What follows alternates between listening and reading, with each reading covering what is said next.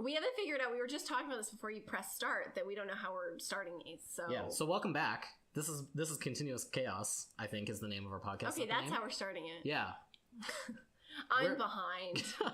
we're your hosts, Scott and Chelsea. That's us. And what we're talking about before we start... Yeah, we always...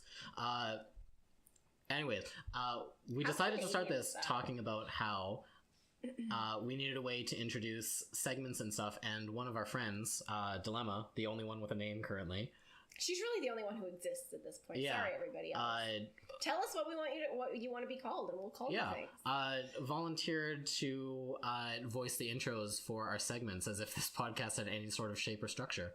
It does, because she suggested that. Yeah, which is very generous. And then I built on that and suggested that we should get her to record a bunch of stuff so that we can make a Dilemma Vocaloid, so that we can just make her say whatever we want at any time.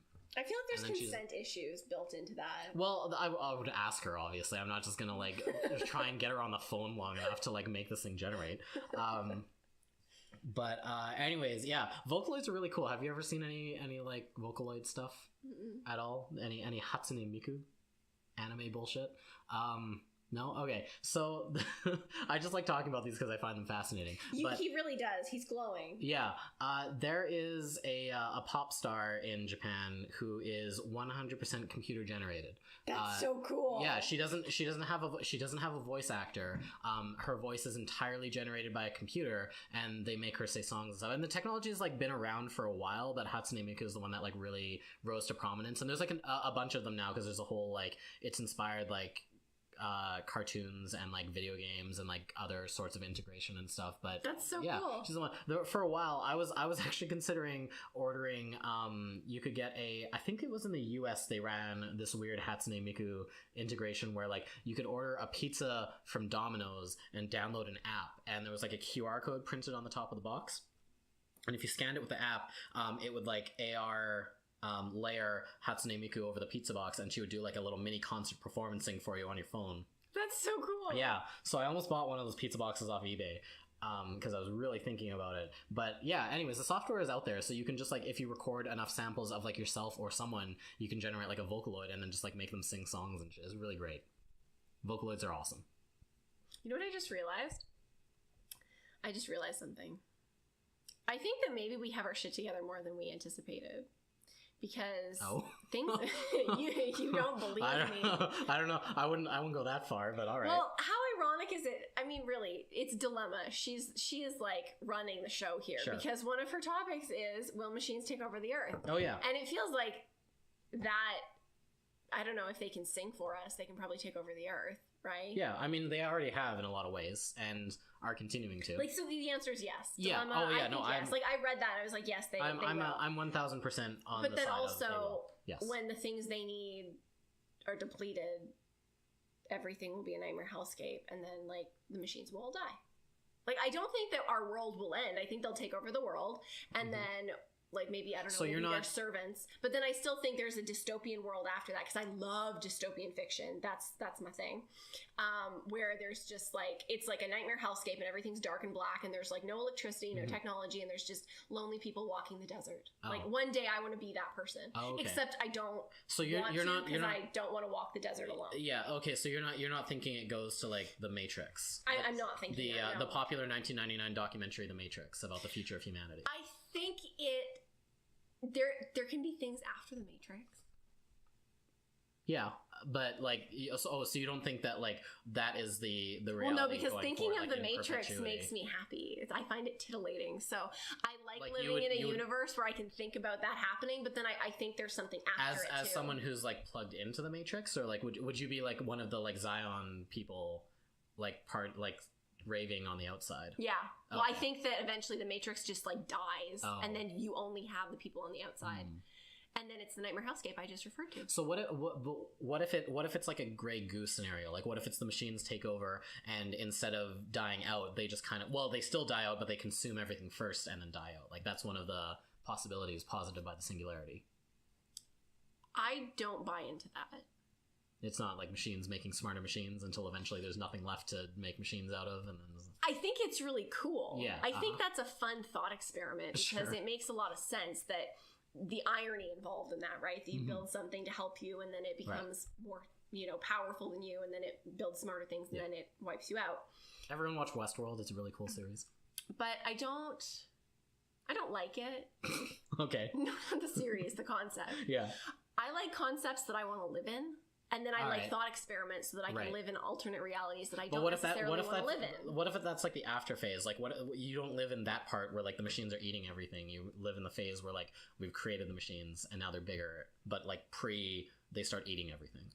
No, because I want to be walking the desert alone with no technology. Oh, you want to be in the post like? I want to like build. I want to help build the world back up. Oh yeah, no, I don't. Not even a little bit.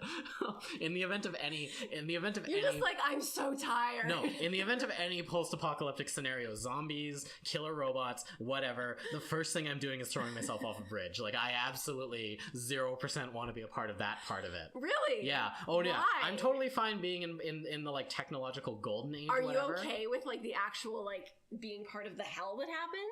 No. Well, I mean, if you don't want to get past the hell, there's no point being a part of it. The only reason I'd want to live this is what I'm saying. Like the it. moment things start to collapse, like I'm out. I'm done. Like that's not even a thing that enters into my mind. Like I am absolutely offing myself at the first chance I get. But what if you're wrong? Well, you know what? I'm fine with that. What if it's like the Matrix? What if it's like an Inception shit and it's like everyone? Well, then I'll come out of it and then I'll go back to the sex rave in Zion with everyone else. Like that. No, it's fine.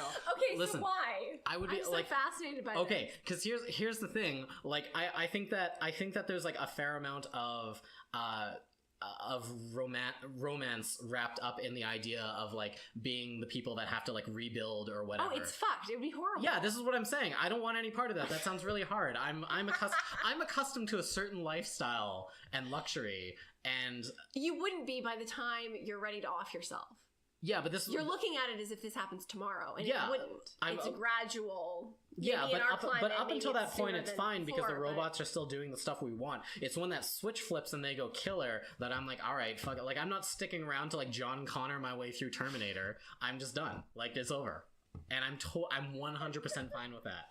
I will go to whatever afterlife there is or isn't with no regrets. Do you think that there's like a purpose for there to be a group of people to build it back up after that? Oh yeah, I think there's a place for that. Yeah, absolutely. I just don't want to be a part of it. You just don't want it to be No, you. I don't care. Listen, and like the reality is too, like up to this point in my life, I've cultivated a skill set that will be 0% useful in that post-apocalyptic scenario. Like, I don't know about any of the parts of like rebuilding the infrastructure of civilization. I know all of the post stuff where we've made useless computer shit, and I know how to make those things talk to each other. Like, none of what I know is useful in that scenario. So like, I would be more of a burden than I would be a benefit to whatever group comes afterwards.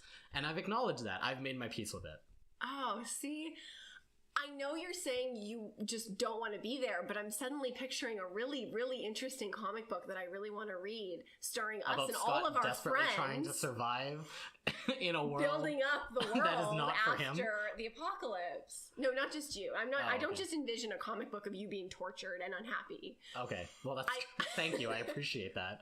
I picture. I don't know. I'm picturing all of us as cartoon characters, but like us and our gang, you know, the Scooby Gang. Yeah, sure. Like being the people, and then like everything's gone to shit, and we're like, let's build the world again. But here's Wouldn't the that thing. be fun? But like at all? in that comic book, I'm the one who's like off to the side, slowly going insane.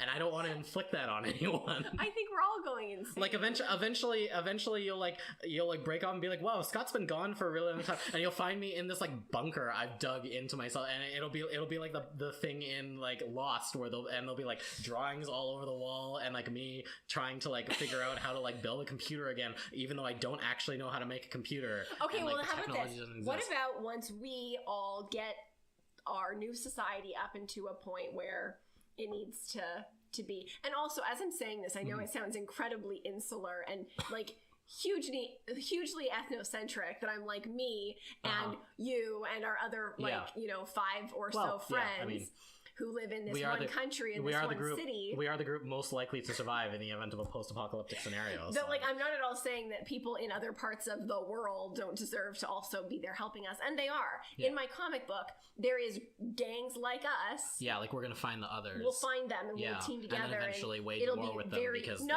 there's conflict. I was just about to say it was going to be very diverse and Yeah, beautiful. I've and seen then like you 3 fucked it. episodes of The Walking Dead. I know how it goes. There's no zombies in my comic book. Yeah, but there's still, but man is the real monster. That's the moral of The Walking Dead. We so don't have time for that conversation. So, what was I saying? So comic book. what happens when we get there? God, I want this comic book. I wonder if my mom will write it for me. Yeah, there you go. She can draw. There you go. Perfect. She doesn't have anything else to do. Yeah. I'm just like giving her tasks. Totally. Hey, Mom, you have to make a comic book for me because I think it would make me happy. Yeah, no big deal. Who plays you in the movie adaptation that results from this graphic novel series? I 100% am not prepared to answer that question. It's something I think about more often than I should. Yeah. Not about this comic book, but in general, yeah. Mm-hmm. I'm going to have to get back to you on that. That's a lot of pressure. That's worse than naming a pet or a child. Because that's real. It has to be someone I respect. It has to be someone who's willing to be very method and like get to know me and like be my best friend. You just want someone like, to hang out with you. You just want a celebrity BFF. I just want to like go to coffee with them. Really, I need to figure out who I most Missy want Peregrine. to hang out with. That's not wrong, but like we don't look the same at all. Does that matter? Yes, it that does. much? Okay. It matters.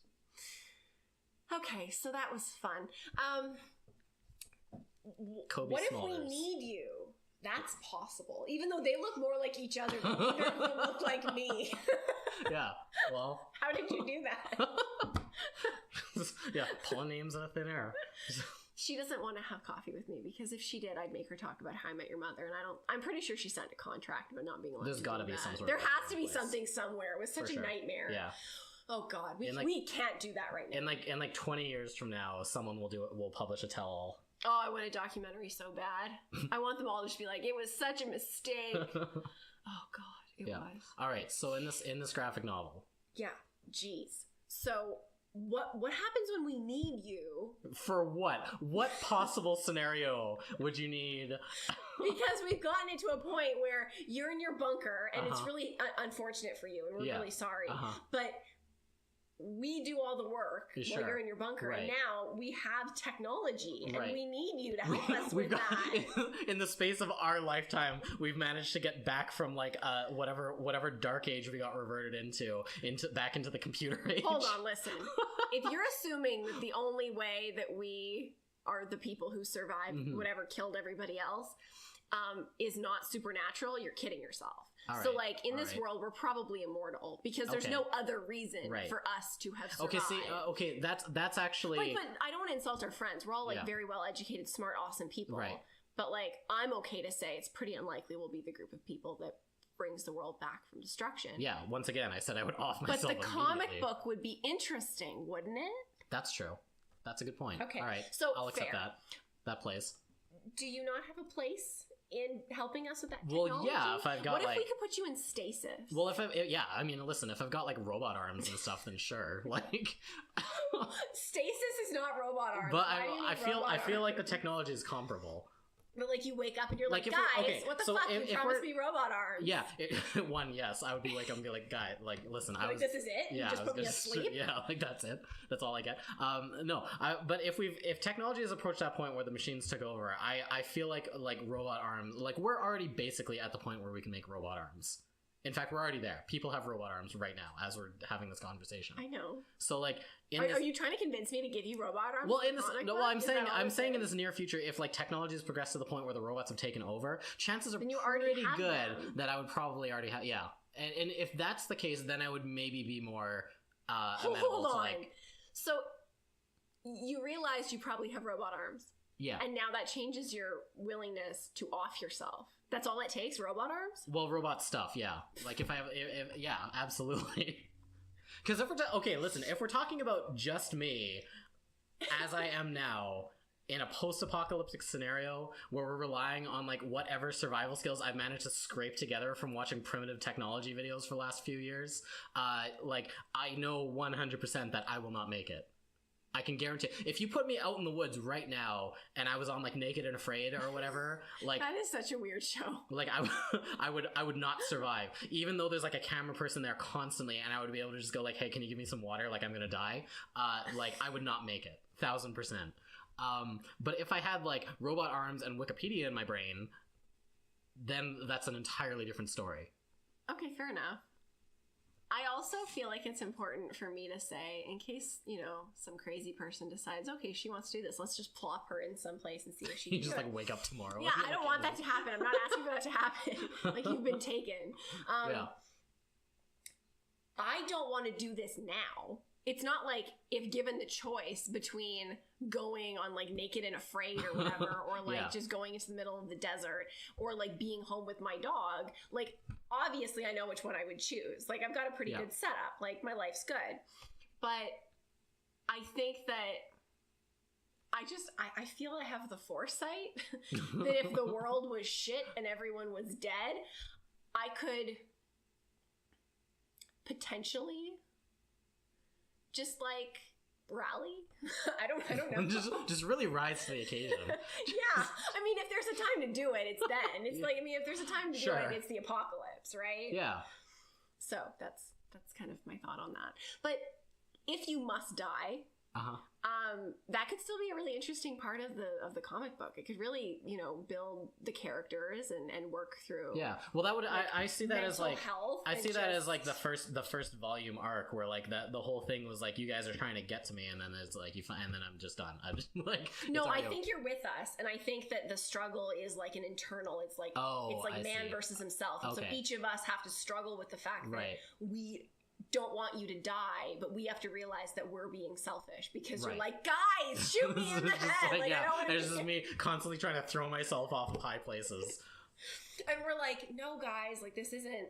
I feel like with our group, it would be very much like, okay, but it's okay. Like, this is like a mental health issue. But then you're like, no, like the world is like gone. This isn't like, I don't need. Yeah, like this is not coming back within my lifetime. Like it's just, I don't want to be a part of this. Also, just, I mean, we're a little bit late for the trigger warning, but like I don't actually have suicidal ideation or anything about that. I was kind of like turning towards that. I'm not saying that this is in a very hypothetical world. Yeah, I don't want anyone to like call my family or like call someone out of concern, because like that's not a problem here. So and also, but full seriousness, but seriously, like suicide is real, depression is real.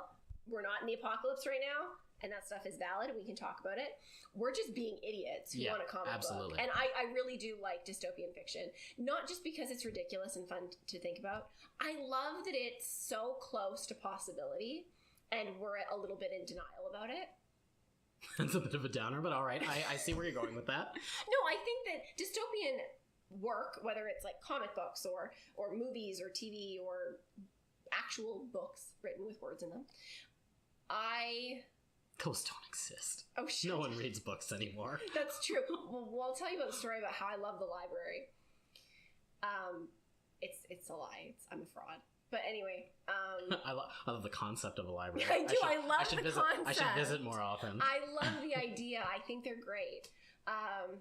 So yeah, dystopian ideas are cool because I think that they speak more to issues that we're dealing with now, I think, more than they're giving credit for. Well, that's... like things about mental illness and things about depression and anxiety and catastrophic thinking, and like they give you a space for that. Well, art and pop culture, like in a lot of ways, or popular art and like kind of culture, like that's always been kind of a reflection, I think, of the kind of general sentiment of whatever generation. Sometimes I wonder if the impression of that idea, and maybe this is just going to make I'm outing myself as someone who struggles with like mental illness, which I do, and I'm not ashamed of it, but like the fact that I feel not super uncomfortable in a world that looks like me alone in a desert landscape, and the fact that maybe a dystopian movie is really just the inner workings of someone struggling with something. Did you see? Maybe you go in their brain and that's what it looks like. Did you see Tomorrowland?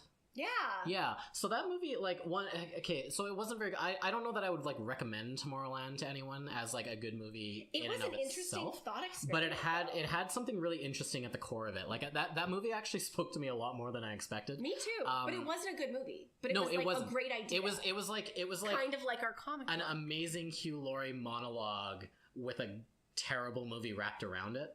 Yeah. Like I thought his part in it was really good, It was even so if like good. the rest of it wasn't. And also like the weird romance between the spoilers, I guess, on this like It's been movie out that's for been like, I feel like I feel like the statute of limitations There passed. is, But yeah. also okay, so if you don't want to hear spoilers for Tomorrowland, skip like I don't know 5 minutes. I might go back in and figure out the timestamp so I can give If you you're an listening appropriate to link. this, you shouldn't really care about spoilers. But yeah, skip past it. Anyways, also the weird romance between, or like almost romance between George Clooney and the robot girl that they kind of like tease around. I thought that was like a really interesting, compelling story beat that they did nothing with, and they should have. Were we supposed to like care about that? I wanted them to give me more around that because honestly, that was the most like interesting, compelling relationship in that entire it's like movie. thought provoking. Yeah, like. It has a conversation around it. Or Yeah, it could if it went somewhere. Yeah, that's the thing is like it was like really cool, and they kind of teased around the edges of it like someone wanted to do something with it, and then they didn't, and like that was the most frustrating thing about it. So those were the two really good things about Tomorrowland: is the Hugh Laurie monologue at the end and the weird George Clooney robot girl romance. So if either of those appeal to you, I mean, I guess you can strap in for like 2 hours of And it is just an only interesting okay. thought experiment about. It's kind of outside of our reality, right? And that's kind of cool. Yeah, but And also, there was like enough in there to kind of draw a parallel to like where we are now. That like, yeah, I thought like, yeah, there was something really interesting buried in an otherwise only okay movie. That's a really good way to put it. Yeah. Which is most movies I see right now. I feel if you like post-apocalyptic stuff, I know you don't like horror movies, but I don't. It Comes at Night. I don't even know if I would class it as a horror movie. You just say that to try to get me to watch. No, but okay. Are yes. you saying you don't do that? So, well, okay, one... Because every time you tell me a horror movie, you're like, I know. You start it with, I know you don't like horror movies. Yeah. And then you say, it's actually not really a horror movie. Yeah, because it's not. Like, it has horror elements. I would say it's more of like a psychological, like a thriller movie more than it is like... It has some very... explicit stuff visually that like evoke some horror stuff, but like that's not gore? I don't do gore. It's not gore per se, but it is like it's a post-apocalyptic scenario, and there are some dream sequences that involve like this. There's some very vivid imagery around like the sickness that's consuming some of the people. Mm-hmm. It's not gore, and it's not explicit, and honestly if you like look up the trailer for it, it shows like the one moment that like where it's kind of crazy, and they felt it was okay enough to put in the trailer, so that's kind of it.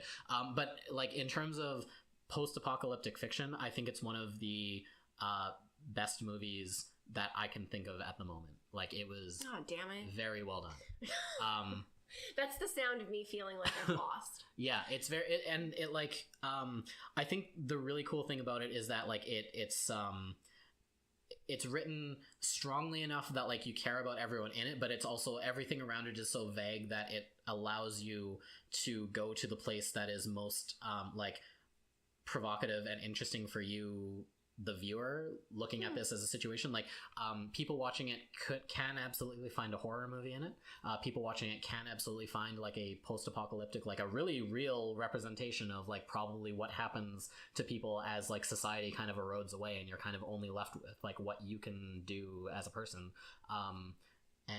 Yeah, there's just a lot, there's a lot to it, like I guess socially and from a narrative perspective. It does a lot of stuff very well, I thought. Anyways, you should check it out. Everyone should check out It Comes at Night. It's a great movie. I'm probably gonna have to watch that. Okay, so I really want to read this comic book. Yeah, it sounds pretty good. Someone should get on that. It does though, right? Yeah, we'll put together. Look forward to the Kickstarter for whatever this is going to be called. Now we have to name a third thing. Oh no, I'm not doing it. No, and I'm out. Yeah, and then I'm the idea person. And maybe that'll someday happen sometimes. It's funny because when I say I picture like our gang, what I actually picture is like it is us. You know, it's like in a dream where you know people are people, but they don't necessarily look the way you know them. Yeah, but you still but you're know. like that's the person. Yeah, like that's Scott or whatever, right? It's like the archetypal version. Exactly. So our archetypes in my world, are the adult versions of the kids from Magic School Bus. Okay, fair enough. For some reason. All right. Not because, like, we're still us and we look like the way we are and we are us, but it's more just like maybe we also used We all to be strapped the kids in, and Ms. Frizzle hit the Magic button that School takes Bus. us to the post-apocalyptic wasteland. There you go. There's a lot of camaraderie that comes in being a Magic School Bus kid, and I feel like it's true, yeah. we need that to be able to bring the new world back from the apocalypse. See, but that puts What me in did the I just position of say? like, I bet I'm like the Arnold figure where everyone's just like, oh fuck, we brought Arnold along. Oh no! Yeah, the first installment could be very interesting, and if we wrote this comic book together, it would be very reflected from like real world would also echo in the storyline, because it would just be constantly like, you're like, just kill me, and I would be like, we're not there yet. Yeah. we have enough food. We don't need to kill you yet. I believe you will be able to help us in the future. At some point. I think you matter. You know what's weird about the Magic School Bus? I was just thinking about this. Like I watch a lot of horror movies, and I play a lot of violent video games, and I consider myself like a pretty desensitized person. Like I feel like I'm very strong at compartmentalizing stuff. Yeah, well, kinda, yeah. Like we should talk about compartmentalization. All right. Yeah, like I feel like that is a life skill that I have acquired. And yet, like one of the most like lingering images in my mind that like to this day I kind of still think about it and wigged out about it is the episode of the Magic School Bus where they go into space and Arnold takes off his helmet and like freezes himself to death. Like honestly, that is like still one of the most like evocative. I'm not like, I wouldn't say I'm like scared by it, but I would say like it affects me more than like probably anything else I've seen in my entire life. Yeah, but it was one of those things where just like sometimes cartoons and stuff are like way more grim than like people think about. Because the age you're supposed to be when you watch it. Yeah, it's just like a really all the stuff. It's like, oh shit, that got real. Yeah, and also like they play it off and they like unfreeze him, and I can't remember how the episode ends. It's been a long time since I've seen the Magic School Bus, but like Arnold comes out of it okay, like it's fine. But it was still like he's fine, everybody. Yeah, but when you sit down and really think about it, like yeah, Arnold fucking took his space helmet off and then froze to death, and like it was pretty nuts. Like yeah, I don't know. Anyways, it's things I think about. Cartoon people dying. This is the whole podcast. It's things we think about. Yeah. And it's all weird. Yeah, it's and it's one of those things like I've seen every Saw movie, including like the newest one, Jigsaw, which is like terrible but kind of great. It's called Jigsaw? It's called Jigsaw, yeah. That's really clever. Yeah, right? It was all right. I don't know. Okay. The first Saw movie is still probably the best one, like in terms of it's actually a film. With like story and structure. Never seen it. Which I got made fun of a lot as a kid. Really? For not seeing Saw. For not seeing Saw? Yeah, because it was like the cool thing you did. It meant you were like mature. Oh, and I'm like, I define maturity differently than that. I mean, listen, it's honestly like a film with some merit. Like I'm just a chicken. Yeah, no, and that's the thing is like I recommend it in the sense that like I like if someone was interested in that movie and like what it did for its genre and like for movies and stuff, like it's interesting and it's worth a look. I wouldn't like recommend it to you because I know you wouldn't watch it. I appreciate that so much though, because I wonder if my dislike for horror movies is born from the peer pressure that I received about them as a kid.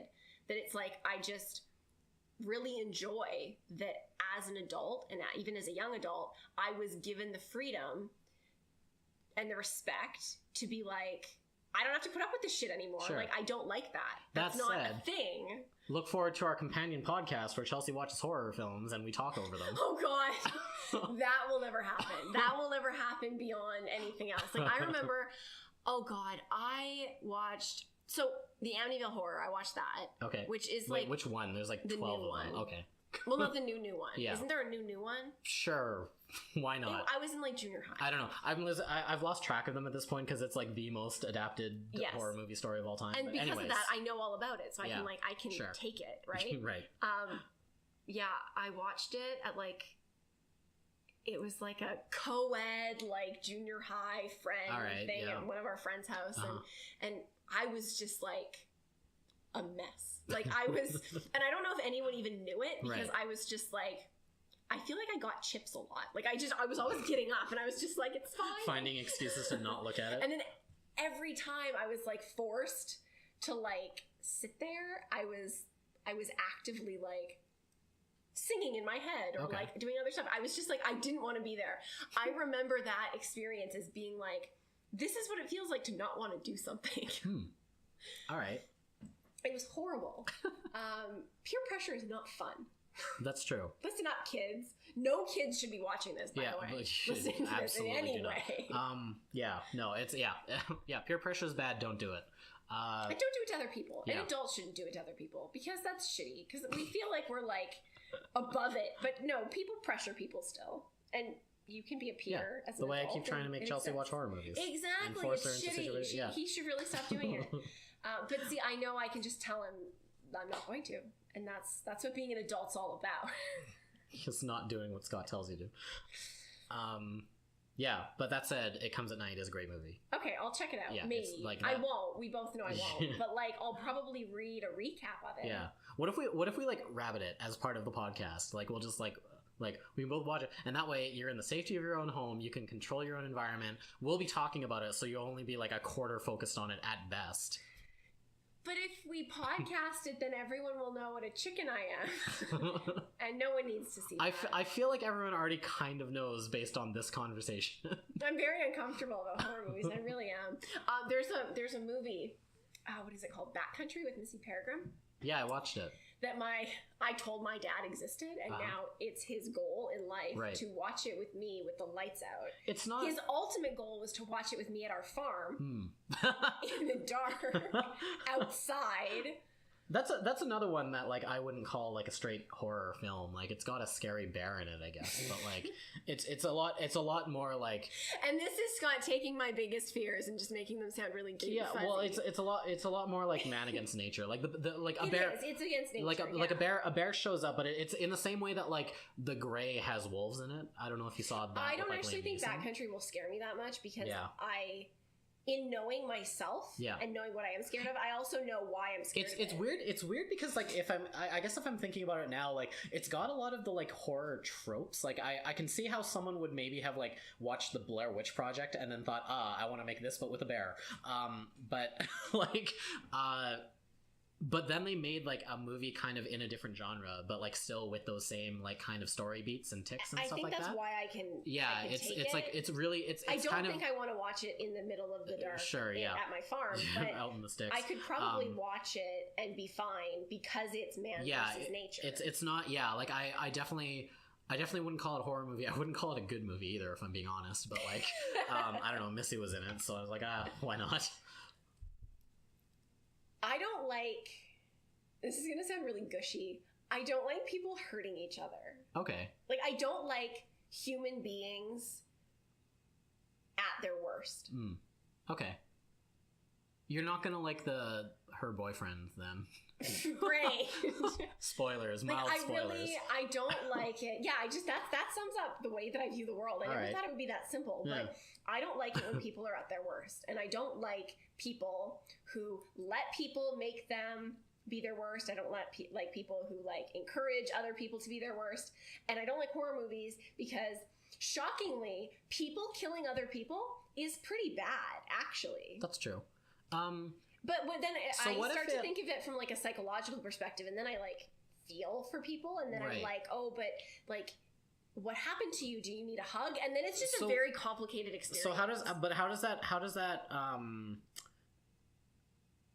does that translate into movies where it's not people against? I mean, I guess people end up doing shitty things to people as a result of some external force, but when it's like everyone against like some evil or external force, like one of the Ouija movies or something, where it's like they're trying to figure out like because why things are going so bad for them. I really believe in the supernatural a lot, and I believe in ghosts, and I believe in that, and I don't like invoking it.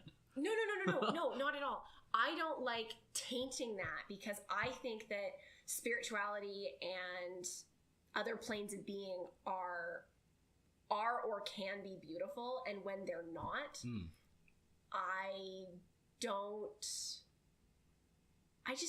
just don't want to like, I don't want to just look at that for what it is, because I think if there's a reason for a spiritual being to be unhappy, that should be looked at with empathy as opposed to being shown as some evil thing.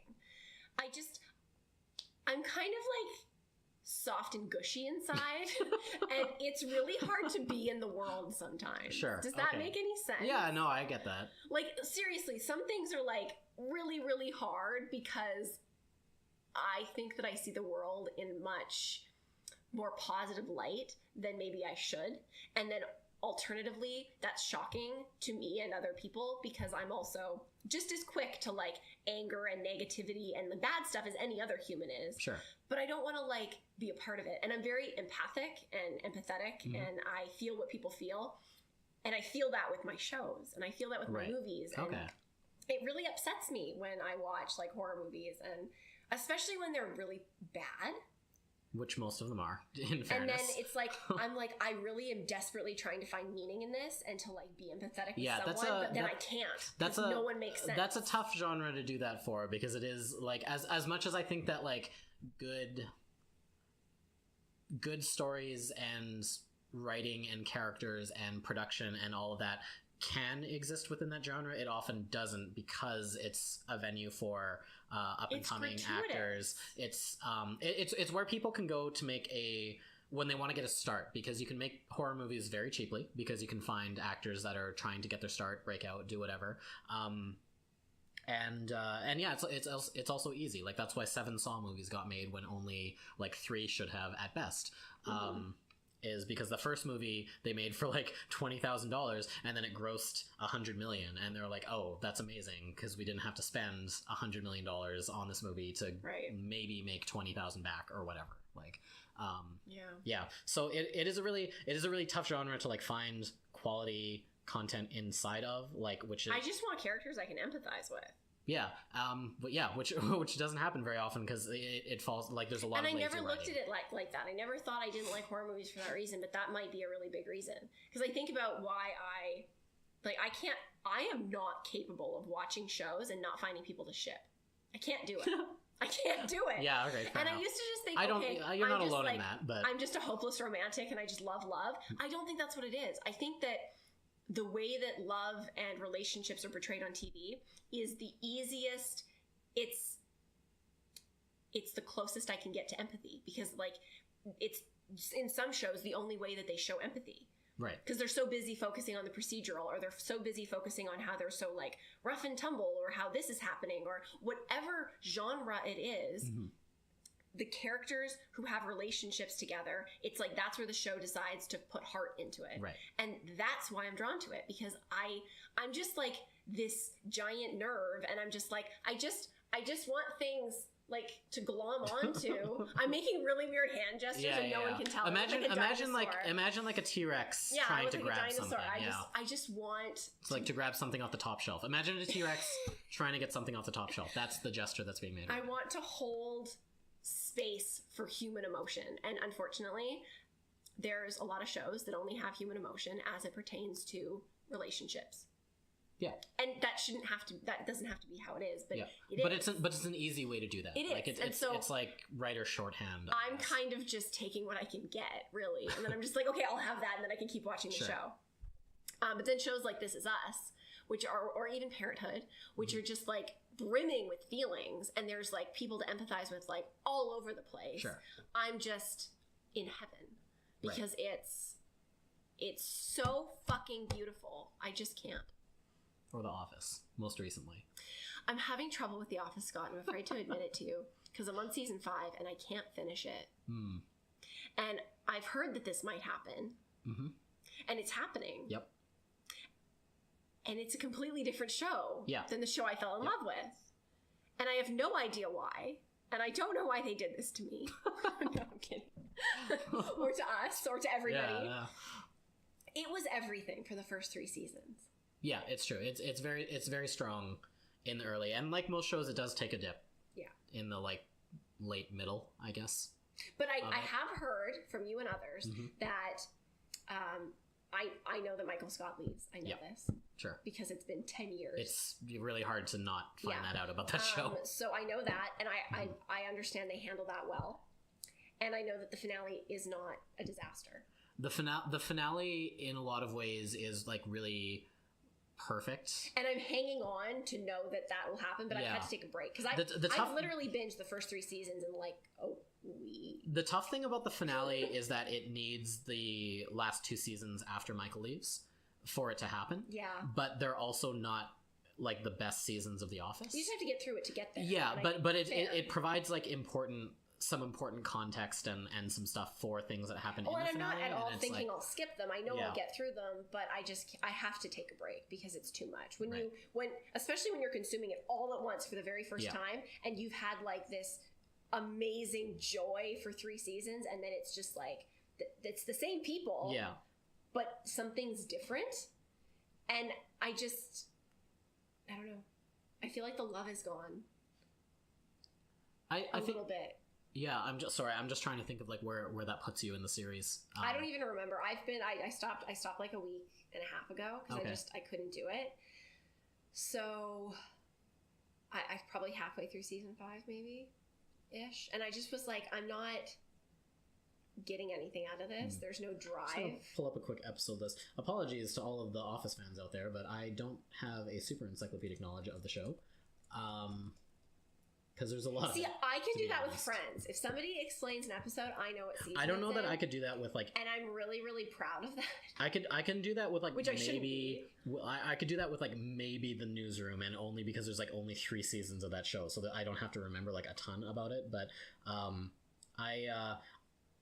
for our viewers out there, I don't stick with any one thing typically long enough to like really go in super deep with the show.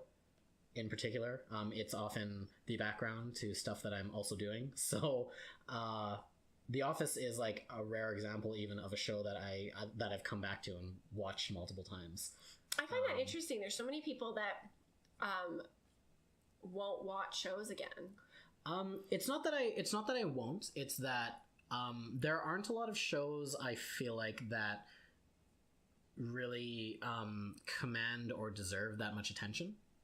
In my I think, and like the way that I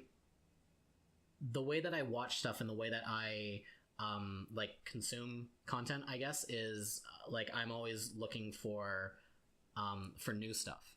Like I'm not necessarily looking for I'm definitely not looking for good stuff if you talk to me about like what I've watched and enjoyed in the past. But I just am looking for like I don't know, novelty sounds really like flippant, but like I'm looking for people to find like new and interesting angles on stuff. Aren't you more likely to find good stuff though by looking at new stuff constantly? Like, is that the goal of finding good stuff? I mean, not really, because if you think about like all of the TV, like if you look at TV even alone, like if you look at all of the stuff that comes out versus the stuff that's like really of quality or like interesting, that's a very fractional amount, I would argue. That's true. So it's really Maybe that was a dumb question. It's really like trying to sift through all of that and get to the stuff that's like really interesting. But in like to be able to do that, you have to also wade through a lot of stuff that's like not as good. That's true. I am a rewatcher. I rewatch things a lot. I think I've watched Friends 1 million times. But you're also more invested in. But it's how I watch it when I rewatch it. Also, like some things I'll rewatch and I'll like I want to rewatch The Newsroom and I'll actually pay attention. Sure. It's funny because my dad and my brother are rewatching it right now, and I don't know all of them by heart, but I like the whole series is just the best thing ever. And if I'm going to rewatch it, I want to pay attention. But I really remember the first season quite well, and I really like the second season. And so when my brother had not seen it, but my dad has seen it because I watched it with him. Mm-hmm. And so I kept just screaming Saren at my brother. I'm just like, Saren, are you there yet? And he's like, I don't know what you're talking about. And I'm like, then never mind. And then I'm like, Saren. And he just thinks I'm crazy at this point. Because I really enjoy like the dynamics of all the characters when they're dealing with that. Definitely. And it's really interesting. And there's a lot of moral struggles that are fun to watch. Aaron Sorkin is I assume he must have written it, but it's also his like directorial debut in Hollywood. He's making a movie. Jessica Chastain is in the Molly's Game. Yes. Yeah, that looks really good. Actually, I'm pretty stoked about that. Yeah, me too. I think I don't know. We both really like Aaron Sorkin. I really like him. I think he's a good writer. I'm on the side. I know he's a very polarizing writer, but I'm definitely on the side of I really love Aaron Sorkin. So deal with that, audience. I guess you're gonna take that. Audience. You're really gonna have to live with that if you're gonna continue with this podcast. And the knowledge of. I'll follow him to pretty much anything, and He's done right by me more often than not. Oh, okay, that's what happened. I had a thought and it just left me. Yeah, so. Oh, this was when the series started to go like more episodic again. Like they didn't really have like a strong, I think, thrust tying everything I think together. That's what's killing it for me. Yeah, because I'm just looking at this list of episodes now, and I'm not a hard viewer to like engage. I make it really easy for shows that I think are actually really objectively stupid, like all the Chicago series. Right. I'm like obsessed with only when they give me like a pull where I'm like, oh, okay, like I want to know what's going to happen. And then if they don't, I'm out. Right. I'll still watch them, but I'm not like engaged to be like, oh, I need to stay caught up on this. I'll catch up once there's a storyline that engages me, right. And then I'll get caught up and then I'll continue. Yeah, yeah. You know what? Now that I'm looking at this, yeah, there's not really like a super strong like, and especially after, I mean, they lose the kind of the Jim and Pam thing. Not that they lost them, just like that's kind of more or less. It is. I like, hate to admit it, but it is kind of lost, and that sucks because it goes against everything that I believe about like gender studies. Like, a show should not stop being interesting just because people are together. And so what I have to say is there's shows on TV right now, even some, like, they're not all objectively good shows, but that do relationships better than I've ever seen.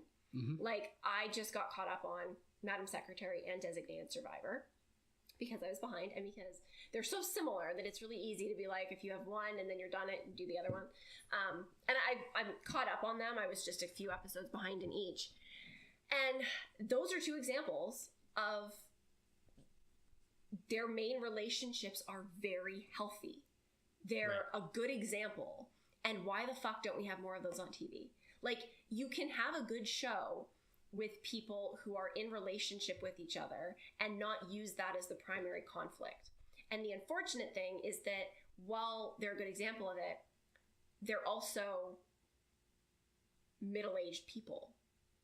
So we right. still don't have examples of that in younger people. And then you have shows like You're the Worst, where it's just like, is that supposed to be our example of like young people in relationships that we just can't do it? Right. And we're just terrible? I don't want to see that. Like, I want to see examples of people doing it well and who aren't like really fucking annoying about it, but who do it well and who aren't being broken up just as a point of conflict. I think like I know you're going to stick with The Office, but when you get back into it, I think what that show does really good is transitioning from Jim and Pam in like their honeymoon period where like they're just so into each other and they love each other so much, which they do and they will forever.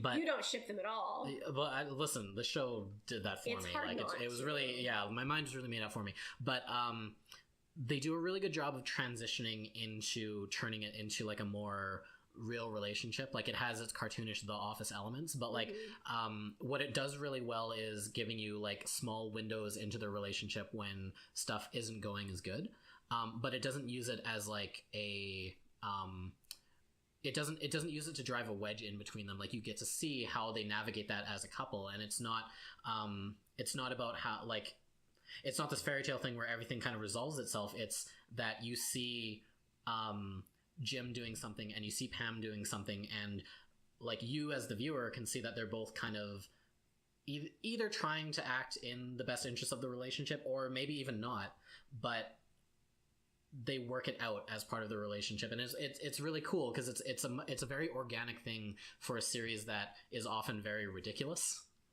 about the way stuff happens. I'm excited to see as they evolve, and I do know little bits. It's hard to not know stuff about what's going to happen and where things are going to go. Also, when you just look it up. So sure. I know things, but I also am excited to just watch it play out. Yeah. But that's still an example of, I mean, even Jim and Pam, by the time they're like married, they're in their 30s. Sure. So are we not allowed to have examples of people in their 20s or even in their early 30s who actually know what it takes to relate with other people? That seems to be kind of the generational thing right now. I mean, if you even I disagree with it. It's just not fair. Like, we can do better than that, everybody. I think so. I just think like if you look at maybe I don't know. I just think at, like as it goes, like this is going back to even having 2 episodes of this now. I can't even remember if we talked about it during this episode or the previous one. But when we're talking about how I think it was this one we just talked about Tomorrowland, right? That was how we started this whole thing. That was definitely in this one. Yeah, that was this one. Okay, yeah. Cool. But like talking about how like art and entertainment has a tendency to kind of reflect the kind of the generational insecurities and like stuff that people are thinking about and stuff like that. I think that like kind of how you're like when you're in your 20s, like there is very little that is kind of on firm ground as a person in your 20s. I think that reflects it in the media as well. Like that's what they're trying to communicate is there's this sort of like I wouldn't call it a lost generation, but I would say like a lost decade now, where like you used to kind of find your adulthood in your 20s. Like that was you finished school, you got a job, you got a house, who like you have a romantic partner, whoever that is, and everything is like you're good to go. Whereas like now that's not the case. Like you're seeing a lot of like people in their 20s are still figuring shit out. But is there, I mean, I know that's real life and it's also reflected on TV, but in both of those instances, is there not a happy medium? Because isn't that closer to reality?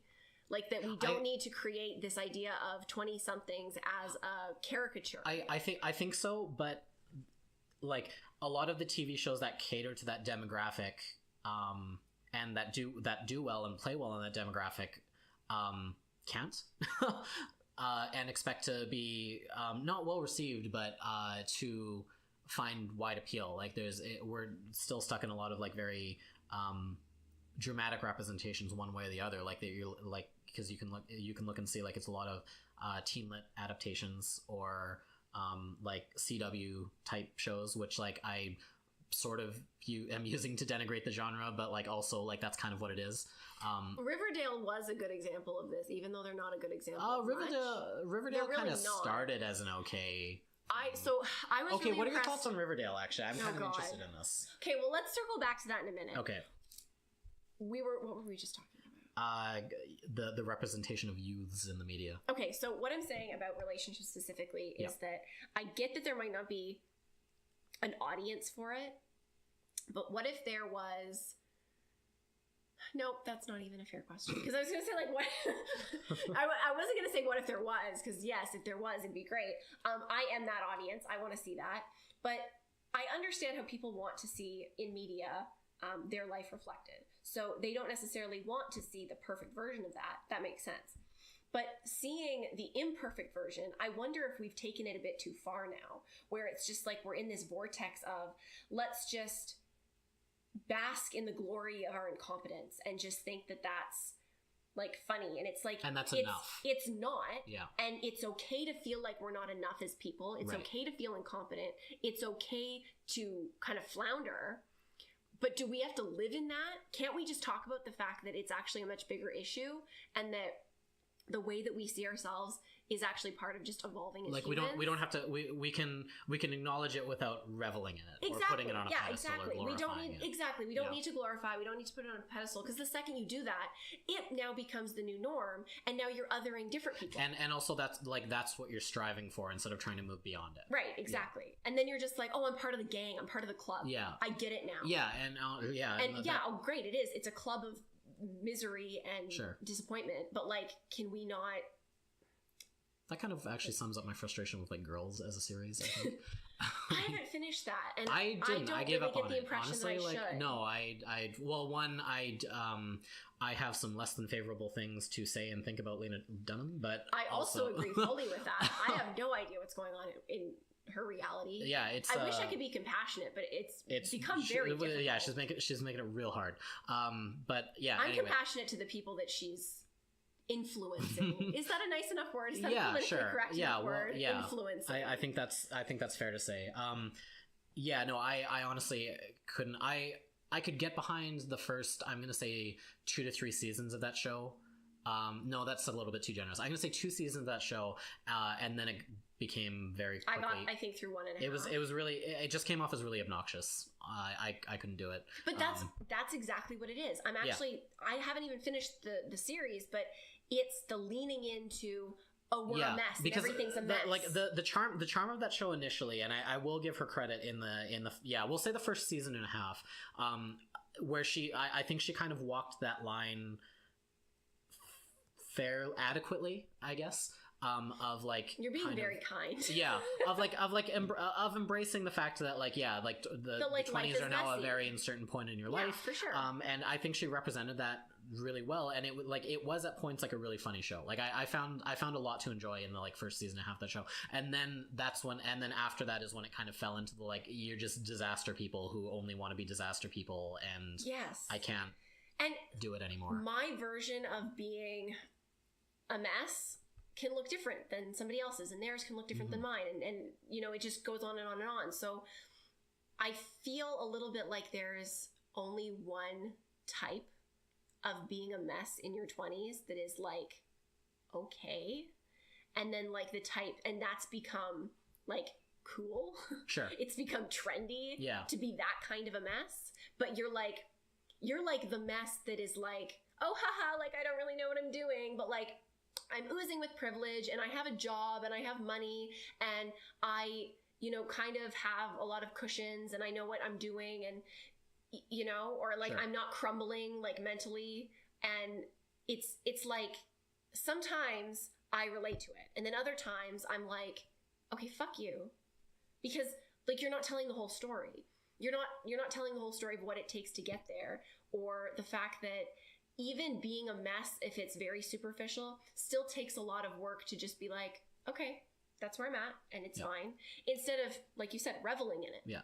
Well, and I guess there's also the on top of that, when you're talking about those people that that kind of are affecting a character without maybe being that their actual lived in experience or whatever.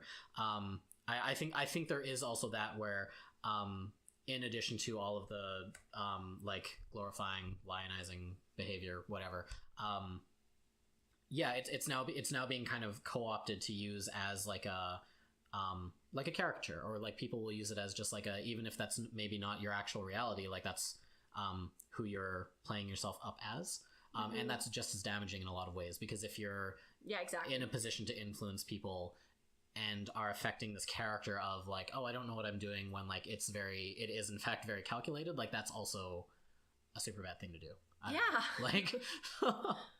Yeah, definitely. So I have no idea how we got there. That got real really, really it's fast. True, yeah. Which is fine. I love that. What I wanted to say was there's a very superficial part of me that just wants to see happy relationships on TV. And I don't just want to see it in the people that it's established. I Sure. love that. I almost have more interest in seeing it as a side to the shows I already like, as opposed to introducing to me new characters. Right. I want to see Madam Secretary, her and her husband, when they were first dating. Okay. As their character. Right. I want to see their characters recast as younger people who we just met. But is that and then I want to see that for all these other shows. I want to know what, you obviously have made me believe that they're good now. Mm-hmm. What does that look like at the beginning? I guess too, is that going to be super clean in the beginning? Because it doesn't have to be. I don't need it to be. Yeah. I just want to know what, I think that's why I like This Is Us and Mm-hmm. the concept of it, because it gives you the past and the present, right, and how they really talk to each other a lot more than we maybe notice in right. our own lives. And it's so fascinating how, as we grow up, we can kind of look back and realize that the people that we put labels on and that we know in our lives by our identity also have their own stuff, and they had their own story before we Sure. were a part of it. And I think that's why I'm interested in that, because Right. you look at a relationship that works now, and then I think for myself, more so than a messy 20-something relationship of just someone that I'm supposed to relate to and not knowing where it goes, Mm-hmm. it's probably going to implode based on the way those characters are built. Right. I would rather see something and know it could be messy, know what that looks like, but also know and have that knowledge of the future that they are established and that they work things out and that they handle real life in a very mature way. Where does that start? What does that look like? Right. I think that's more humanizing. But has that like I statistically that relationship will happen to someone in their like teens or like kind of early adulthood. But I guess like is that like someone somewhere will be dating. Yeah, but like I guess like is that an experience that a lot of people respond to? Because I think like that is a really chaotic time in general for most people. So like could you authentically represent like a super nice like stable relationship? No, I don't think you need to. I think that it's about representing the exact same relationship at an earlier point in its time.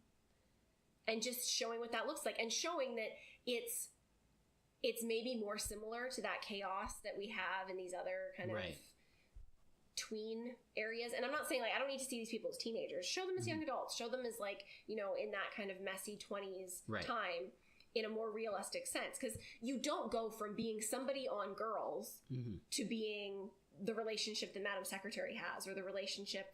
I don't know why that's what I'm watching right now. So that's I don't know. I just feel like that's a tough and like very specific show to write, because you have to be able to convey like a timeline, right? Or like a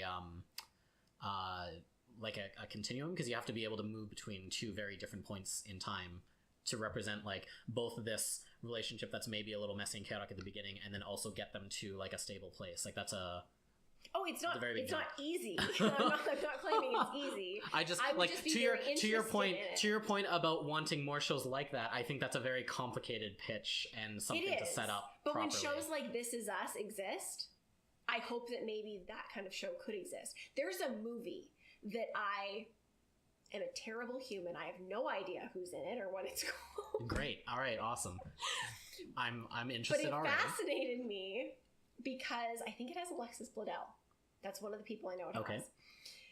It's similar to what I'm saying, and I don't know if the reviews were very good. I haven't watched it. But I love the concept. Okay. Where it's about... You love it so much you don't remember the name, and you maybe remember one person who's in it. It's like 2 words. I'm not even going to do that. It's 2 words. All right, we're getting closer. When I start to do word association, I am wrong. Like, I'm like, it's this, and it starts with that. Detective Chelsea's on the case. I'm going to pull up Alexis Bledel's filmography, and we'll see if... So, it's like then, now, or this, that, or... I'm sorry. I have no idea what it is. It is about a relationship that is played by different actors at different points in its time. Okay. But it's the same relationship. Oh, no, it's their names. I think it's like Emily and...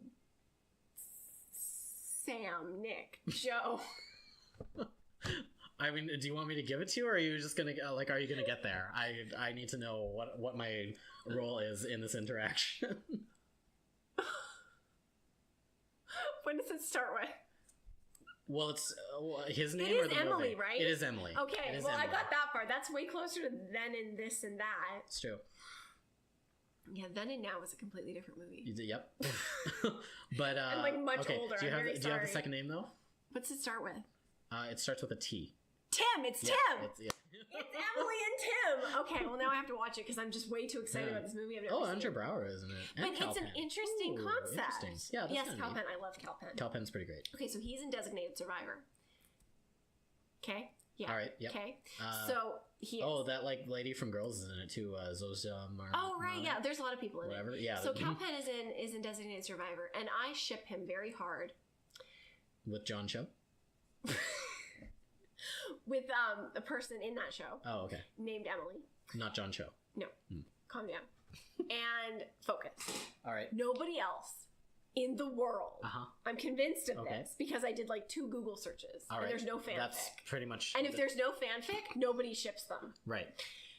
That's how I make assumptions about things. I base my opinions on whether or not there's fanfic. So yeah, there was like a little kiss between them in a couple episodes ago. Okay. Oh, spoilers for Designated Survivor. Oops. So she dated this other guy who I think is a little bit of a booger in the first season. And then it kind of fizzled out and it kind of went places. It just, meh. And he's fine. He's still in the show. I don't have a problem with him as a character, but I don't, no, he's a booger. As you can tell, I don't enjoy him. He's okay for what his character is, for what he does in the show, but no, just no. When he's not on the screen, I think I might be happier. Oops, sorry, I said that. And so, yeah, I always felt that there was like a thing between these two characters. I was like, oh, there could be a thing there. But then she was with this other guy. Right. And it seemed very much like the writers were just like feeling it out. And then like, they didn't ask me. All right. Like, I think they felt it out and they maybe misinterpreted it. Yeah. That was my assumption. All right. That they put these both out there and were kind of seeing, and then they maybe got the wrong sample and they went here, but they still kept putting feelers here. Right. And then there was a little kiss with them in this season, and I was like, oh, great. This is starting. This is happening. Everyone must be as happy as I am. Crickets. And it's Nobody is as happy as I am. What's the general like what does the fandom around Designated Survivor look like? Is it, it's not big. Yeah, okay, that might be part of the problem. But there's no fanfic. That's pretty impressive though, because there's always none fanfic. about these two That's people. the first rule There of the is internet. no. There's fanfic about the show. Yeah, sure. But there's no fanfic. But that's what I mean. It's like there's always fanfic. This is my point. And so that's why, for me, I'm like, okay, well, the world is burning down now because there's no fanfic about these two characters. Yeah. And I start to question if I'm crazy. Did you write the fanfic? No, of course I didn't. I don't do that. I don't have time for that or energy. And not that it's not a waste of time to write fanfic. I enjoy reading it. That's like 90% of authors now, I'm pretty sure. I don't have the energy for the time it takes. All writing is really to fanfic. psych myself up. It really is. When you get right down to it. It really is. So I'm really upset about this. And I don't think there's anywhere I can talk about it except here because I can't. I tried to talk to one of our friends about it. She also watches Designated Survivor. I was driving her and one of our other friends to the dinner. And I decided to bring this up in the car while I was driving. So you had a captive audience. And I was like, what are your thoughts on this or this? And she was like, her answer was not favorable to me. That's very kind of you to say. They're probably not going to be able to put that together from the way that you talked around it, so that'll be fine. No, she knew it, but she knew from the dead silence that occurred afterwards. Oh no, it wasn't silence. I'm pretty sure I went, what? Why?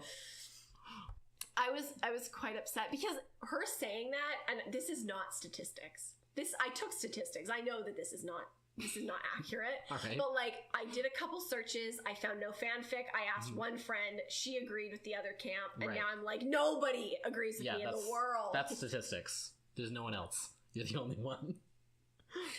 And now I really think I might be crazy. Like, I'm concerned for myself. I'm concerned that when I watch TV, I'm not good at it. Because like, watching TV is something I'm really good at. I'm really good at like finding ships, and I'm like, oh yeah, that's gonna happen, or like this, and you know why? And now this has made you like question your entire reality. Because most shows are pretty obvious about it. It's true. They're not subtle. It. Yep. Yeah. So why? How is it that this show provoked put those an existential feelers crisis? Out? It has. And what's worse is that I found one fanfic that I was looking at because I was looking for reactions to this little kiss, and I call it a little kiss because I don't even think the writers are committed enough. Like, it was like a thank you, you're nice kiss. Like, it was on the lips, but like it didn't need to be. Was that like is it like a just in case sort of thing where like if they ever do decide to like for real go in that direction, they can be like, oh yeah, we planted the seeds way back. It was non-committal. Okay. Except if it was on a show where there was already a fandom for this, then it would be like a big deal. Right. And so when I saw it, of course, being someone who knows about fandoms, I was like, oh great, guys, this is it. This is happening. Nobody agreed with me. So I think that the writers are chickening out a little bit. I think that they put the feelers out for both in the first season, and now there really hasn't been anything with this other guy. So I'm like, why is everybody shipping them? He's like, it's not there. It's nowhere. And then all of a sudden there's this like little kiss between these two characters. And it's like, you did it and you were brave enough to do it, but you weren't brave enough to commit to it. It's like know things to know people. Yeah, exactly. So I'm just really confused. And then I found this one fanfic. And it was for the other two people. And in reaction to this kiss, because I was like, okay, if I can't find anything with them, maybe I can find anyone, anywhere talking about what happened in this episode. Because if you have any fandom that people care about, you find the episode, there'll be some, and it's like, that's the episode, right? Sure. Like, the last episodes of Suits. Mm-hmm. Yeah, the internet's freaking out about that. Like, I totally forgot that was a show, if I'm being honest. Oh my god. So, spoilers? That's fine. Okay. Two characters kissed who haven't really kissed, really ever. Harvey and Mike. To our knowledge. No, Harvey and Donna. And it was beautiful. Sure, yeah. Because it was super confusing. Yeah, I mean, listen. Also, it was bound to fucking happen. Yeah, eventually. That was really the only relationship I was, like, invested in at that point, I guess. Exactly. So. Absolutely. I mean, I dropped off, like, I don't even know how many seasons it's been. Probably at least 4, but I don't know at this point. Yeah, it's really... I like it. Not mostly. It is because of when it airs. It's like the only good show on TV. Oh, okay.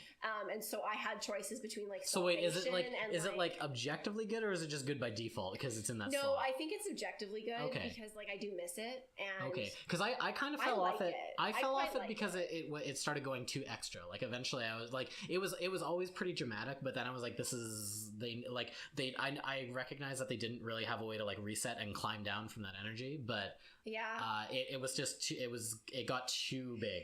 Where did you stop? Like in the Mike of all things? I stopped sort of in the part where he was like, they found out about his secret. He was outed. But who's they?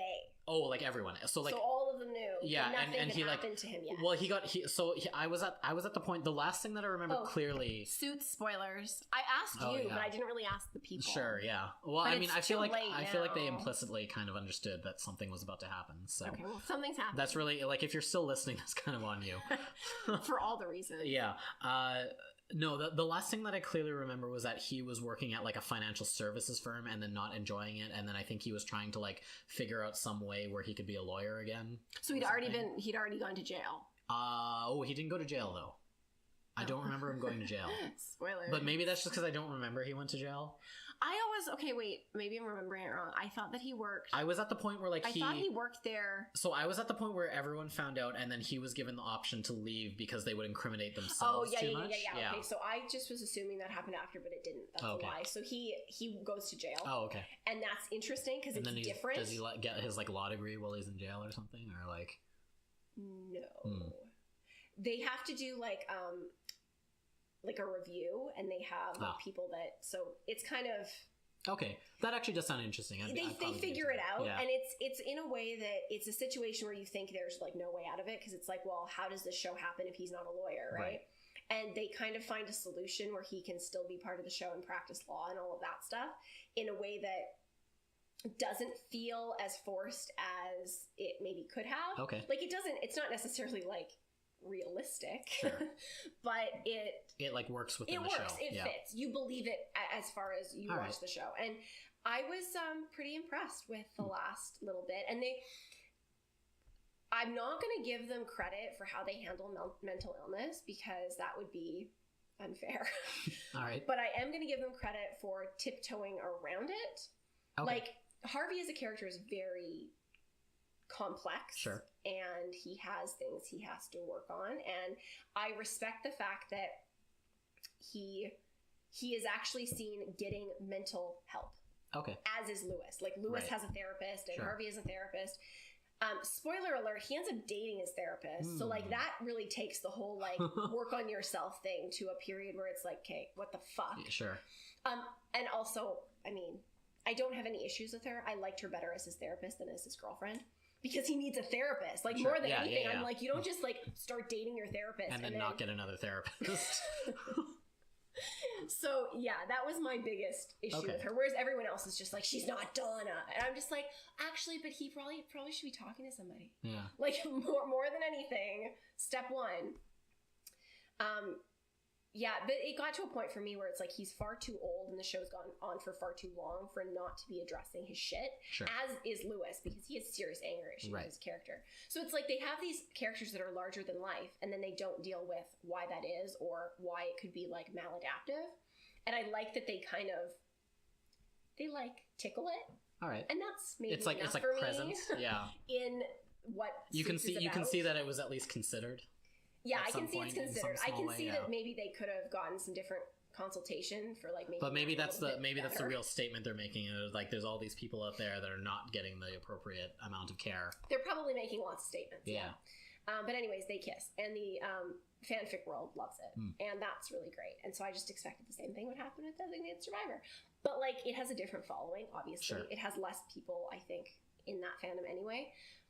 But I have no idea how I got into Suits. Oh yeah, just the, like, if something happens in a fandom, you know about it. So I was looking up this thing, and I found like 3 different like stories that literally started with like the name of the episode or like the episode thing. It was like, oh, on 2 whatever, I needed to write this in reaction to the appalling kiss that happened, or I needed to do this because I just hate what they're doing. And so I don't think it's necessarily the lack of support for this fandom that bothers me as much as the hatred of this fandom. where the support is allocated to. I'm not just on an island by myself. There's people with pitchforks. Sure. Like, I'm just like, but the show wants you to like them. I'm sure of it. They're just scared. The writers, I think, are just scared to piss people off. I'm gonna have to watch this show now to weigh in. But what happens if I'm on the other side of this? What happens if I watch it and then like... I need you to watch it, and I need to know if I'm like imagining the stuff. Sure. And also if I'm a little bit biased to Calpen, because he's awesome. Calpen is pretty good. I think that might be part of it. But then I'm like, is there like a subset of people that just hate him? Maybe they just don't like that shit because of him. But I'm like, that's not a good enough reason for me because he's awesome. I feel like I've never really seen a lot of like negative Calpen stuff as I've been out and about on the internet, but who knows? I like him. Yeah. And it's good. So watch it if you're on the other side. Well, this podcast is over. Sure. Because, that's nice. And I'm all about like dissenting opinions, but like I don't think I can take any more on this topic. I really don't think I can. Not from you. One of our friends is already there, so. All right. It's the double that would really do it. All right. Well, that if we're planning on having any sort of like time frame on this podcast, that takes us to a little past where we decided, but also like... Well, the other one did kind of too, yeah, right? Probably. I don't know. I mean, the next one is just going to be like a 9-hour stream when both of us get home, so like, whatever. I think we might need a safe word. Flugelhorn. I was gonna say that. I have that written somewhere in my book. Yeah. That's a How I Met Your Mother reference. Yeah. One and day also we'll just talk a really about and just that like also. a really good instrument. It's flugelhorns are so great. Good name for an instrument. I think the reason we need a safe word is for things like if we really like need the other one to shut up, right? And it needs to be used sparingly. Okay. I mean, in my mind, also like we're gonna have the ability to like mute the recording if we need to, so that we know when the audio takes a dip that's where we like cut it off. But I don't know. We can work on that because I have to still figure out like what that could potentially look like if that is indeed. Well, especially if like we're like not in person and we can't like mime to each other. Sure. Then. I mean, I was thinking of potentially having like a video chat for us, like not that anyone would see, but just so that we can still like emote to each other. Oh, that's is that needed? Like, do you think that the podcast would be completely different if we couldn't emote? I think it'll kind of help, honestly. Yeah, like I feel like a large part of it is like like our like not physical presence, so but, that like at least you can see like my like it's like a channel richness thing, right? So that's like the only term I took out of my marketing class. We'll need to have some intro level sense marketing of class, criteria so that we don't like eat up each other's lives. Yeah. Or it just becomes like a Truman Show-esque nightmare where it's just like a constant window in, and whenever anyone and then anyone should just know that if they interact with us like outside of work hours, that we're probably talking to each other in some like it'll form. Be this will be the new reality TV. And then if somebody like talks to me while I'm talking to you, they will be on the internet. Sure. It's like I'll just wear a sign. Yeah. It's like you talking to me is your approval and consent. Say whatever you want. Yeah. Yeah. We need to talk about How I Met Your Mother next time. Okay. Are you ready for that? Are they? I don't... I don't know. I don't know if any. Yeah, actually, that's a good point. I don't know if anyone has ever been ready for that because we have talked about it multiple times in the past. That's the thing is like based on how it's gone in the past to people who have been around us. Cried like multiple times. I can already like hear our audience's eyes collectively rolling into the back of their head. They'll shoot so fast. I just don't even. Maybe we don't talk about it. Maybe we just avoid it forever. Maybe. No, I feel like we have to though. But I have a concern. I feel like even if we decided like consciously that we weren't going to talk about it, like it'll get there eventually. Like I feel like it already has. We're already pushing up against the edge of it as it goes. I have a concern though with that. Okay. That we're never going to be able to be friends with Kobe Smulders. Well, and Neil that's Patrick just Harris. A fear in general. I mean, I really want to be friends with them, but they can't disagree with us in their heart of hearts, deep down. If they disagree with us, I don't want to be their friend. You heard me. I respect they were doing a job, and that is, and they had to support them. My concern is that by us continuing to talk about it, are we just as bad? Like, it's like you don't want to give attention to the thing you hate. Sure. By talking about the show that these horrible humans created. But, I mean, they're nice humans. Good things deserve to happen to them. I don't want bad things to happen. But like, I want them to be as miserable as they make me. But I mean, if we like, if no one ever says anything about it, then there's no pressure on them to ever set the record straight one way or the other. Yeah. Whereas is that all we're looking for here? Yeah, like from their perspective, like they don't really have to say anything they don't want to forever. Like that's assuming like I assume at some point some NDA or whatever is going to expire if there is one. But you know what though, I fully appreciate that. Yeah. I don't expect them. I don't hold it against them for staying silent forever. I just feel like if no one says anything, there's no chance that they're going to say anything if none of us are saying anything about it. But if we keep talking about it in a way where they're like, you know what, then one day they'll call us up and they'll be like, we want to make an official statement on your podcast. We're gonna give you the exclusive. Because you're the number one podcast in the world, and you're the only people that are still talking about the show. Exactly. This is what I'm saying is like if no one says anything, there's a 0% chance that we're ever going to find out anything about it. Whereas if we say something, there is at least like a 0.01% chance that someone is going to say something eventually. I just don't want to be part of the problem, Scott, because it's a problem that I still struggle with. And also I think it's healthy for us to be able to talk about it, because if it remains, that's just because you enjoy when I talk about it, and it just rips me in half. Well, because it remains like but if you just let that wound fester, then it's only going to get worse, you know. So I'm trying to help you. Yeah No, you just find it really entertaining. It can be both. I don't think those have to be mutually exclusive concepts. Then maybe you're just being greedy, because you definitely had this conversation with me more than 5 times. Yeah, but like, listen, you don't have to talk about anything you don't want. I'm not forcing you into anything. No, I know. I need the listeners to know that I don't have a gun up to Chelsea's head. We do need to talk about How I Met Your Mother, because my views on it have changed. Okay.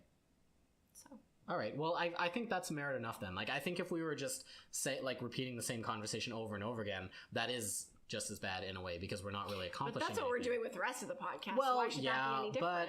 But I mean, in this there's no specific case, no, because like with How I Met Your Mother, there's like real emotion behind a lot of this stuff, whereas everything else is just kind of like whatever bullshit we kind of come across in our like meanderings. Can we just sit with that for a minute? How there's real, like the thing that's real for us when it gets real is the ending of How I Met Your Mother. Yeah. Okay, so on my podcast, I'm going to talk about stuff that's not that. That's actually real, and this is where I'm really drawing that line. But on this podcast, the worst stuff in my world is the finale of How I Met Your Mother. All right. Fair enough. Yeah, but this is what I'm saying. I think at least if your feelings have changed on that, that's like a topic worth talking about. Whereas, yeah, if we were just kind of we don't need to beat it to death. No, you're right. Yeah. And I might be beating to death anyways, but my feelings have changed enough that it's worth bringing up. Well, I mean, this is the official How I Met Your Mother fan cast, so it's if we can't talk about it here, then where? We do love it. We hate it because we love it. It's like it's a member of our family. We just wanted to do and better, you know? It disappointed us. Okay, so is that it? We're just going to be like, we're going to talk about it. Bye. Yeah, that's the cliffhanger. Okay, that's great. what'll keep the audience coming back. Or it'll make them run the other direction. Yeah, totally. Like, well, all of our friends listen, will be like, we did 2 episodes, we can't listen anymore. Because we've already been there why, for that. But then why did they make that decision at the end of the episode after an hour and a half of listening to this thing? We were rather talking than, about How I Met Your right Mother at the before. beginning. Anyways, look forward to the How I Met Your Mother episode, the, 2 people that'll be left after this thing. Plus other stuff that comes up. Yeah, bye. Do you have any closing remarks? Again, we're sorry. Oh, yeah. Probably. Yeah, sorry about that. Bye. Sorry about everything.